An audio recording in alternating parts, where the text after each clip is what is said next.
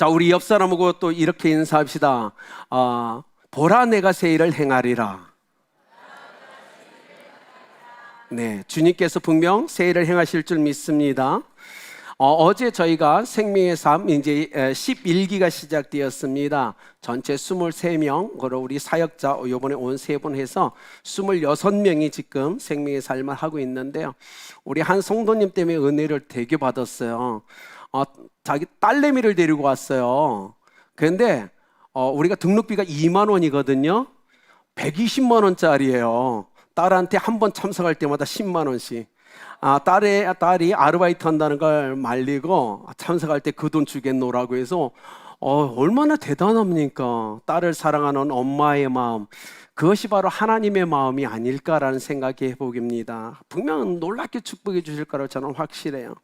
내일부터 우리 사역자들이 사역자 수련회를 떠나는데 우리 또 선임 장로님부터 시작해서 시무 장로님들 또 안수 집사님들이 너무 적극적으로 마음을 다해서 응원해 주고 계세요. 그래서 너무 감사하고 우리 집사님들 우리 성도님들 또 마음을 다해서 기도해 주시고 또 후원해 주셔서 너무 감사합니다. 저희가 가서 열심히 기도하고 팀워크 잘 다져서 주면 몸된 교회를 멋지게 섬기도록 하겠습니다.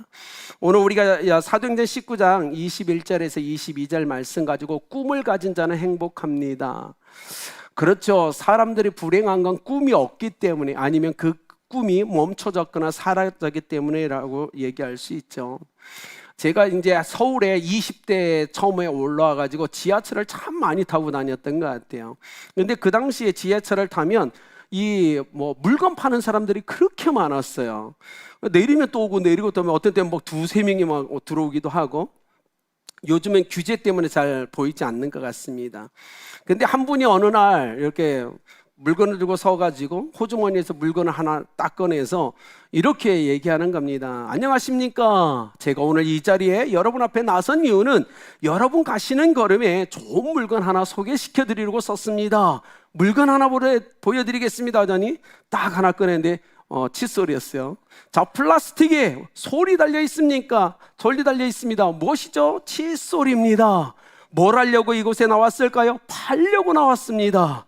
한 개 200원, 5개 들었습니다. 얼마죠? 네, 1,000원입니다. 막 이렇게 선전하는 거예요.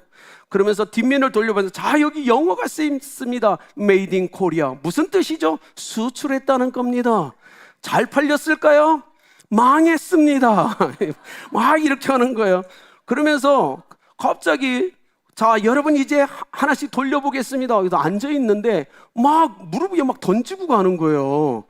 그래서 당황스럽기도 하고 좀 예의도 없어 보이고 그러면서 또 얘기해요. 자, 여러분 오늘 제가 이 칸에서 몇 개나 팔 수 있을까요? 여러분 궁금하시죠? 저도 궁금합니다. 잠시 후에 알려드리겠습니다. 근데 막 따서 또 걷는 거예요. 걷으니까 또 아주머니들 마음 약하신 분은 기저 불쌍하니까 도와주자 1,000원짜리 내고 하나 사고 그 다음에 이제 그분이 돌아와서 얘기합니다. 자, 여러분 칫솔 4개 팔았습니다. 얼마 벌었을까요? 4,000원입니다. 여러분 제가 실망했을까요? 네, 실망했습니다. 얘기하는 거예요. 그러면서 제가 여기서 포기할까요? 아닙니다. 다음 칸으로 갑니다. 막 앉아서 막 웃고 저도 웃었어요. 저도. 근데 사람들이 지쳤잖아요. 지쳐 있는데 그렇게 꿈을 가지고 힘겹게 인생을 살면서도 사람들에게 웃음을 주고 포기하지 않고 담대게 다음 칸으로 넘어간 이분이 모습이 참 따뜻했어요. 마음이 참 따뜻했어요. 와, 저럴 수 있구나. 힘겹게 인생을 살아가면서도 사람들에게 웃음을 주고 포기하지 않고 다음으로 넘어가는 인생 얼마나 아름다운가. 여러분, 저는 21세를 살아가는 우리 아름답게 성도님들이 그 삶을 살았으면 좋겠어요. 힘겹고 어렵지만 누군가에게 꿈을 갖고 웃음을 주면서 또 다음 칸으로 비전을 갖고 나아가는 삶, 얼마나 세상을 따뜻하게 합니까? 그런데 오늘 우리가 사도행전 19장을 나누지만 바울이 바로 그런 삶을 살아갔다는 거예요. 한 지역에 가서 복음을 담대게 선포한 후에 또 다른 마을에 가서 예수님이 다른 마을을 옮겨 다니며 복음을 선포했던 것처럼 바울도 그 삶을 살아갑니다. 힘겹고 어렵고 거칠지만 포기하지 않고 끊임없이 사람들에게 행복을 주는 이 말씀을 통해서 복음을 통해서 사람들에게 희망을 주고 꿈을 주면서 끊임없이 전진해 갔다는 겁니다. 여러분, 오늘 성경에 보니까 바울이 자기의 남은 인생을 멋지게 구상합니다. 2000년 전 우리가 만약에 바울을 만나서 이렇게 질문했다고 봐요. 바울, 당신이 인생에서 마지막으로 가고 싶은 장소가 있습니까? 그렇다면 바울은 이렇게 대답했을 거예요. 오늘 21절에 있습니다. 로마입니다. 저는 로마에 가고 싶습니다. 그렇게 대답하지 않았을까요? 우리 사랑하는 성도님들, 여러분 가고 싶은 나라 있으세요? 꼭 하고 싶은 일 있으십니까? 바울의 꿈은 로마였어요. 로마에 도착하기 전까지 그의 꿈은 멈춰지지 않을 겁니다. 그래서 디자인을 합니다.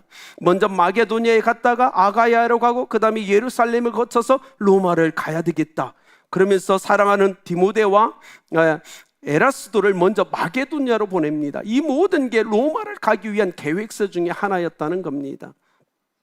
바울은 에베소에서 대대적인 성공을 거뒀어요. 그죠? 마법을 하는 사람들이 5억이 넘는 책을 불태울, 어마어마한 돈을 불태우도록 그는 성공적인 사역을 했어요. 그런데 그 마음과 시선은 로마를 향하고 있었어요. 거기서 멈추지 않았어요. 그 당시 로마는 세계의 중심이었고 모든 길은 로마를 통한다고 이야기가 나올 때였습니다. 복음 전도자 입장에서 로마는 선교 전략상 굉장히 중요한 전략적 도시 중에 하나였기 때문에 그는 꿈을 꾸었어요. 이 꿈을 꿀 때 바울의 나이가 57세였습니다. 57세에 남은 이제 인생의 마지막을 위하여 질주해 가는데 어디로 갈 건가? 로마를 가자. 그리고 로마를 선교 전략지를 삼고 내 생명을 전부 쏟아붓자. 이것이 바로 바울의 꿈이었습니다. 로마도 보아야 하리라. 헬라 원문에는 반드시라는 표현이 들어갑니다. 내가 로마도 반드시 보아야 하리라. 너무 멋지죠? 로마 제국의 심장이었던 로마를 마지막 인생의 선교 사역지로 삼고 자기의 인생의 모든 걸 다 쏟아붓기를 원했다는 이것. 그런데 우리가 바울의 어투를 잘 보면 바울은 자기가 시간과 방법을 선택할 수 있다고 믿었다는 사실입니다. 너무 충만했죠. 자신이 있었죠. 그래서 로마를 가는 건 내가 결정할 수 있고 내가 시기와 방법을 통해서 갈 수 있다고 생각했어요. 그런데 그게 이루어졌나요? 아닙니다. 예루살렘으로 가서 유대인들의 공격으로 체포가 되고 로마 총독이 있던 가이사랴에 2년간 감옥에 들어가게 됩니다. 하나님, 내가 기도했고 성령의 충만하신 가운데 로마도 보아야 하리라고 선포했는데 왜 예루살렘에서 체포되어 로마 총독에 있는 가이사랴에 2년간 갇혀 있으면 됐을까요? 여러분, 죄수의 자유인의 신분으로 가기를 원했지만 하나님의 그건 달랐죠. 그가 포로의 죄인의 모습으로 포박된 후에 자기가 로마도 보아야 하리라 선포하고 3년이 지난 후에 로마에 도착하게 됩니다. 모세도 이 경험이 있었어요. 애굽에서 이스라엘 백성을 구원해내리라 생각했는데 어느 날 애굽 사람과 싸움을 하는 이 이스라엘 백성을 보게 됩니다. 자기 힘을 의지하여 애굽 사람을 죽이게 되죠. 그 일로 그는 광야에서 40년간을 헤매게 됩니다. 그리고 출애굽기 3장에 호렙산에서 하나님을 만나고 하나님이 거기서 비전을 주죠. 출애굽의 비전. 그가 그 비전을 갖고 애굽으로 가게 됐죠. 인생을 우리를 살면서 우리가 많은 것을 계획합니다. 그러나 기억하십시오. 오직 하나님이 하나님의 때에 하나님의 방법으로 하나님의 뜻을 이룬다는 건 변하지 않습니다. 우리가 많은 것을 계획할지라도 오늘 이 바울의 삶과 모세의 삶을 보십시오. 많은 것을 계획해도 우리의 힘으로는 안 됩니다. 오직 살아계시고 역사하신 하나님의 뜻, 하나님의 시기, 하나님의 방법으로 하나님은 우리를 인도해 가시는 걸 믿으시길 바랍니다. 바울은 자신이 있었어요. 왜요? 사도행전 16장에서 루디아를 통해서 빌립보 교회를 세웠거든요. 17장에서 야손을 중심으로 데살로니가 교회를 세웠어요. 18장에 브리스길라와 아굴라를 통해서 고린도 교회를 세우고 19장에 에베소 교회까지 세웠어요. 그는 자신이 있었어요. 그리고 로마로 보아야 하리라는 복음을 선포합니다. 그런데 자기 뜻대로 흘러가지 않았어요. 시간은 하나님이 결정하셨고 방법도 하나님이 결정하셨다는 겁니다. 오늘 19장에서 처음 얘기하는 게 아니에요. 바울은 로마서 15장 28절에 이미 로마에 대한 이 비전을 선포했어요. 그래서 어디까지? 서바나까지 가리라라는 선포를 그가 합니다. 서바나, 스페인이죠. 그가 이렇게 선포할 수 있었던 이유는 이겁니다. 당시 세계의 중심은 로마였어요. 세계 중심을 관통해서 그는 땅끝, 사람들이 생각하는 유럽의 땅끝인 스페인까지 가기를 원했어요. 그것이 그러면 자기 인생의 마지막이 올 거라고 생각했던 것 같아요. 그런데 아니죠. 체포되어 죄인의 모습으로 가이사랴 감옥에 갇혔을 때 그는 얼마나 상심했을까요? 그런데 사도행전 23장 11절 가이사랴 감옥에 있을 때 주께서 그에게 나타나십니다. 그날 밤에 주께서 바울 곁에 서서 이르시되 담대하라, 내가 예루살렘에서 나의 일을 증언한 것 같이 로마에서도 증언하여야 하리라. 그는 끝난 줄 알았어요. 가이사랴 감옥에서 인생 끝났구나라고 생각했을 거예요. 그런데 주님이 찾아오신 겁니다. 그리고 얘기합니다. 아니야, 끝나지 않았다. 내가 너를 로마까지 인도해 갈 거야 라고 얘기하실 때 그는 흥분했을 거예요. 그러시군요. 저는 이 감옥에서 인생을 끝날 줄 알았는데 하나님이 로마까지 저를 인도해 가실 거군요. 다시 그의 꿈이 일어나기 시작합니다. 당시 로마는 예수 믿지 않는 사람 누구나도 가고 싶었던 나라 중에 하나였고 도시 중에 하나였죠. 정치적 성공을 위해서는 로마를 가야 된다는 소리가 빈번했고, 경제적 성공을 위해서도 로마를 가야 된다고 사람들은 얘기했어요.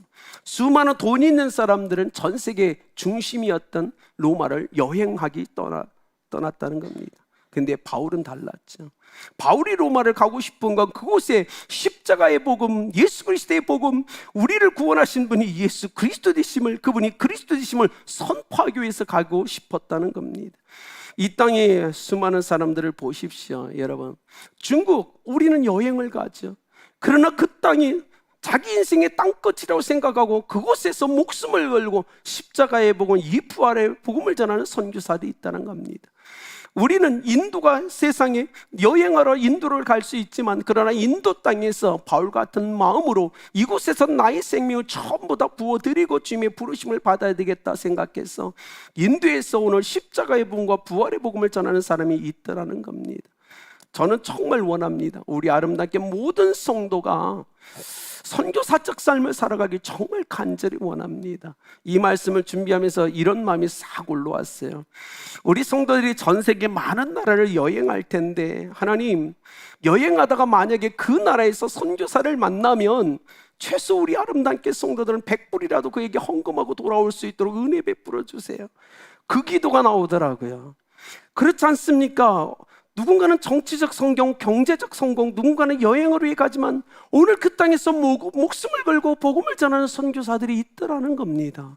우리는 어떻게 그들을 대해야 될까요? 여러분, 기쁨으로 여행을 하다 선교사를 만나면 기쁨으로 헌금하십시오. 하나님이 굉장히 기뻐하실 겁니다. 이 바울은 로마 수도인 로마를 중심으로 유럽 대륙의 끝인 스페인까지 복음을 전하기를 원했어요. 로마에서 스페인까지 거리 3,600km입니다. 어떻게 가야 될까요? 교통수단이 좋지 않았는데. 그러나 바울에겐 거리는 문제가 되지 않았어요. 내가 몇 달을 걸어서라도 내가 살아있다면 스페인까지 가서 복음을 전하겠다. 그런데 안타깝죠. 로마에서 참수형을 당해서 스페인에 가지 못합니다. 그의 인생에 버킷리스트가 있었어요. 계속 가서 로마와 스페인까지 가는 게 그의 버킷리스트였어요. 그런데 하나님의 버킷리스트에는 이 바울이 스페인까지 가는 게 들어있지 않았다는 겁니다. 로마에서 마무리하고 그가 썼던 버킷리스트의 스페인은 지워지지 않은 채로 남아있어요. 그러나 하나님께서는 로마에서 바울을 통해서 복음을 들었던 수많은 사람들을 통해서 그 복음이 로마를 관통해서 아시아와 아프리카, 유럽까지 복음이 끊임없이 선포되게 했다는 사실을 우리는 알고 있습니다. 이것이 얼마나 큰 은혜일까요? 하나님은 분명 바울을 사용하셨어요. 그리고 로마를 사용하셨어요. 로마에서 복음을 들은 사람들이 헌신해서 아시아와 아프리카, 유럽까지 관통하며 끊임없이 복음을 전하는 놀라운 역사를 이루어냈다는 겁니다. 아름답게 성도님 여러분, 우리의 로마는 어딜까요? 우리는 꿈꿔야 되지 않을까요? 제가 예전에 몇 년 전에 여러분에게 제가 하고 싶은 일 분명 선포 한번 했었어요. 기억하시나요? 하나님이 제게 은혜를 주셔서 만약에 허락하신다면 저는 52주 중에 한 주를 교회 문을 닫는 게 제 꿈입니다. 무슨 엉뚱맞게 또 교회 문을 닫아요, 목사님. 꿈이에요. 정말 우리가 말만 딴 것이 아니라 저는 정말 원하는 건 우리가 52주 중에 한두 주는 교회 문을 전부 닫아버리고 전부 여러분이 목장에서 후원한 선교사들에게 금요일 날 저녁에 전부 출발했으면 좋겠어요. 전부 가서 토요일 날 땅끝에서 그들을 섬기고 주일 날 그들과 함께 땅끝에서 예배자로 하나님을 높이다가 주일 오후에 돌아왔으면 좋겠어요. 그래서 우리가 하나님 앞에 하나님 아름다운 교회는 말만 딴 것이 아닙니다. 우리는 최소 매년 일주일에 한 번 교회 문을 닫고 전 성도가 땅끝에서 하나님을 예배합니다. 이런 고백을 드리면 얼마나 하나님 기뻐하실까요? 저에겐 정말 그 꿈이 있습니다. 하나님이 허락하시면 저는 언제든 할 거예요. 처음에 이 교회 문을 닫아버리고 우리 주변에 있는 미자립 교회로 흩어집시다. 아니면 섬으로 흩어집시다. 끝에서 하나님을 이 땅의 끝에서 하나님을 예배하고 돌아오자고요. 더 허락하시면 문을 닫고 열방의 땅 끝에서 정말 여러분이 인생에 처음 주님 만나기 전에 갔다 온 후에 주님 만났을 때 주님 저 말뿐 아니었어요. 정말 52주 중에 한 주는 땅끝에서 하나님을 예배하고 돌아왔어요 라는 고백을 하고 저는 그 얘기를 듣고 싶은 목회자 중에 하나입니다. 어떤 목사님들이 그 얘기죠. 아니 한 주 교회 문을 닫으면 헌금 어떡하려고. 무슨 저는 관심이 없습니다. 오직 여러분이 선교사적 삶을 두고 주님 앞에 섰을 때 칭찬받는 분들이 되는 게 제 꿈이지 여러분 그렇지 않을까요? 바울의 삶은 실패하지 않았어요. 로마의 꿈, 성령께서 주신 꿈이었고 주께서는 이루어 주셨습니다. 콘스탄티누스 1세에 의하면 313년에 밀라노 칙령이 선포되면서 기독교의 핍박이 이제 끝납니다. 기독교가 공인되게 되고 그 당시 기독교 인구가 로마에 700만 명에 달했다는 거예요. 바울은 실패하지 않았어요. 그의 꿈을 하나님이 들으시고 응답해 주셨죠. 사랑하는 성도님, 오늘 이 로마도 보아야 하리라 이 바울의 선포를 통해서 저는 여러분이 이런 분이 되었으면 정말 좋겠어요. 아까 말씀한 그 꿈을 좀 같이 꿔주세요. 언젠가 우리가 한번 해봅시다. 이걸 위해서 제가 원하는 건 이곳에 있는 여러분 한 사람이 키퍼슨이 됐으면 좋겠어요. 나에 대한 관심 그리고 격려하고 지지해주고 함께 기뻐하고 슬퍼해주는 사람을 심리학 용어로 키퍼슨이라고 얘기합니다. 누군가가 나를 관심 가져줘요. 나를 격려해주고 지지해주면서 함께 기뻐해주고 슬퍼해주는 사람, 심리학용어로 키퍼슨. 이 키퍼슨은 내 인생에서 꼭 열쇠, 이 키와 같은 존재다라는 의미입니다. 신앙에서 복음이 없어 절망하고 좌절한 사람들에게 관심과 사랑을 가지고 다가가서 복음을 전해주는 사람, 그가 키퍼슨이었죠.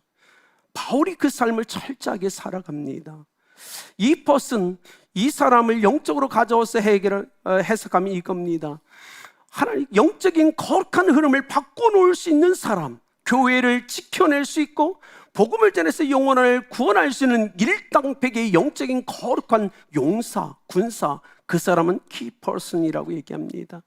바울은 그렇게 사용은 됐어요. 끊임없이 십자가의 복음, 이 부활의 복음, 예수 그리스도가 그리스도 구원자 되심의 복음을 선포하면서 영혼들을 주께로 인도해가는 그 영적인 거룩한 군사 키퍼슨. 저는 여러분들이 아름다운 교회가 그렇게 되길 예수님의 이름으로 축복합니다. 이 세계를 보십시오. 얼마나 죄악이 관영합니까? 얼마나 많이 교회가 넘어지고 무너지고 쓰러지고 있습니까? 하나님은 이 시대에 영적인 거룩한 키퍼슨을 찾고 계십니다. 사람들을 위로하고 격려하며 지지하고 함께 기뻐하고 슬퍼하면서 이 부활의 복음, 이 십자가의 복음을 선포하며 영혼들을 주께 인도할 그 한 사람을 주님은 찾고 계시다는 사실입니다. 저는 우리 아름다운 교회가 오늘 이곳에 예배하는 여러분 모두가 이 시대의 영적 흐름을 완전히 바꿔놓았으면 좋겠습니다. 여러분들이 교회를 지켜내고 세워냈으면 좋겠습니다. 천국 복음을 전하여 영혼을 죽게 인도하는 거룩한 키퍼슨을 하나님 앞에 쓰임받았으면 좋겠습니다. 여러분, 그 정도 꿈을 꿔야 되지 않을까요? 우리는 구원받았잖아요. 내 안에 성령이 있고 이 영생의 말씀이 있는데 거룩한 비전과 꿈을 꿔야 되지 않을까요? 사랑하는 여러분, 여러분이 이 시대에 하나님 손에 붙들려 있는 거룩한 영적인 키퍼슨으로 쓰임받길 예수 그리스도의 이름으로 축복합니다. 여러분, 결론을 맺을게요. 미국 세들백 교회에 릭 워렌 목사님이 계시죠. 자기 아버지가 50년간 작은 도시에서 목회를 하다 이제 노년에 쓰러지셔서 병원에 있었어요. 마지막 소천하기 일주일 동안 이제 자기와 아내와 조카가 그 옆에 있었다고 하는데 24시간 중에 12시간은 정신이 없는 거예요. 그런데 아버지가 병석에서 자꾸 무슨 꿈을 꾸면서 자꾸 뭔가를 계속 소리를 치더라는 거예요. 그게 뭘까? 아버지가 숨이 거두시기 바로 직전에 이제 자신과 아내가 조카가 가서 있는데 갑자기 아버님의 정신이 돌아오고 침대에서 일어나면서 뭘 하려고 하니까 아내가 질문했대요. 아버님, 뭘 하고 싶으세요? 그랬더니 그 아버님, 리꼬레 목사님의 아버지가 예수님을 위해 한 명을 더 구원해야 돼. 예수님을 위해서 한 영혼을 더 구원해야 돼. 예수님을 위해서 한 영혼을. 그는 무의식 상태에서도 끊임없이 한 영혼을 구원하는 꿈을 꾸고 있었던 거예요. 그런데 아버지가 이 온몸에 힘이 없는데 힘없는 손을 갑자기 들더니 쭉 뻗어서 리고렌 목사님의 머리에 손을 얹고 기도하기 시작합니다. 예수님을 위해 한 명을 더 구해라. 예수님을 위해 한 명을 더 구해라. 이 아버지의 연약한 손에 의지하여 기도를 받는 그가 이 아버지의 이 말씀이 그의 삶의 평생의 주제가 되었다고 합니다. 죽는 날까지 예수님을 위해 한 명을 더 주님께 인도하자. 여러분, 우리에겐 꼭 기억하셨으면 좋겠어요. 꿈꾸는 자는 행복한 겁니다. 아직 이루어지지 않았지만 저는 오늘 말씀을 통해서 바울과 같이 이 시대에 하나님이 이곳에 있는 여러분 한 분 한 분과 이 아름다운 교회를 거룩한 키퍼슨으로 마음껏 사용하시며 이 시대 영적 흐름을 바꿔놓고 교회, 주님이 꿈꾸셨던 교회를 세우시며 수많은 영혼을 예수 그리스도께 인도하는 거룩한 도구로 쓰임받길 예수님의 이름으로 축복합니다. 기도하시겠습니다. 하나님, 감사합니다. 우리에게 예수 그리스도를 믿을 수 있는 은혜 주셔서 감사합니다. 그리스도 안에서 꿈을 꾸게 하심을 감사합니다. 하나님, 이곳에 있는 한 분 한 분을 강한 능력으로 붙잡아 주옵소서. 우리의 보란 내가 새 일을 행하리라 말씀하셨사오니 우리 성도들의 이 시대 거룩한 영적 키퍼슨이 되어 이 시대 영적 흐름을 바꿔놓고 아름다운 교회가 그런 삶을 감당하면서 하나님, 오직 주의 거룩한 교회를, 몸된 교회를 든든하게 세우며 주님 영혼들을 주께 인도하는 도구로 쓰임받게 하여 주옵소서. 역사하실 하나님께 감사하며 예수님의 이름으로 기도드렸습니다.